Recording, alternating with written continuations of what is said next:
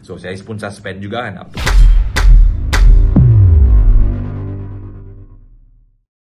Hai, Assalamualaikum warahmatullahi wabarakatuh. Salam sejahtera rakan-rakan yang saya hormati sekalian.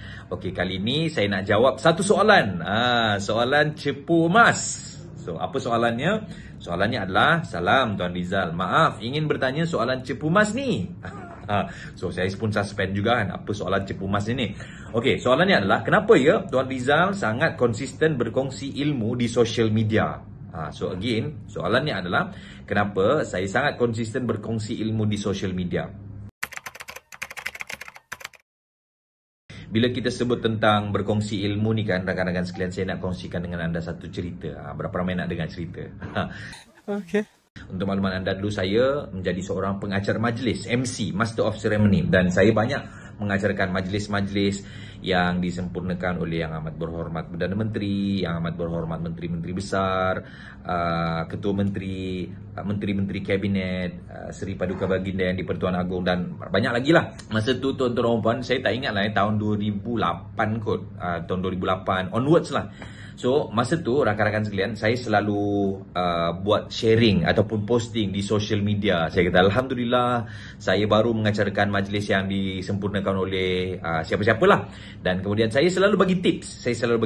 Untuk makluman anda, Yang Amat Berhormat adalah digunakan untuk sekian-sekian. So, untuk makluman anda, bila sebut tentang salutation adalah sekian-sekian. Bila saya banyak berkongsi di social media, saya banyak kongsikan tips dan juga aktiviti saya mengacarkan majlis. Ada satu hari ni, satu malam lah, ada orang PM tepi tau. So dia kata, Assalamualaikum Tuan Rizal, saya banyak membaca perkongsian Tuan Rizal di social media.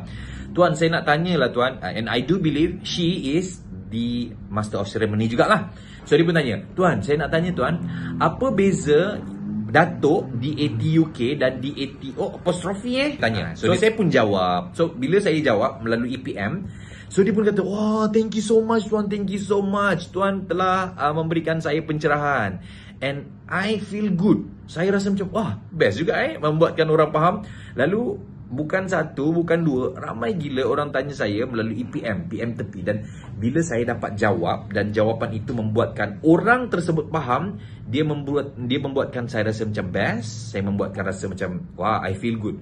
So that is why saya sangat suka berkongsi ilmu, dan saya sangat suka sekiranya ilmu-ilmu yang saya sampaikan, yang pertama berstruktur, dan yang kedua mudah difahami. So menjawab soalan daripada sahabat kita ni, kenapa saya sangat konsisten berkongsi ilmu di social media, jawapannya adalah I feel good. Saya sangat suka dan saya sangat gembira sekiranya orang faham dan akhirnya orang dapat amalkan, insya-Allah.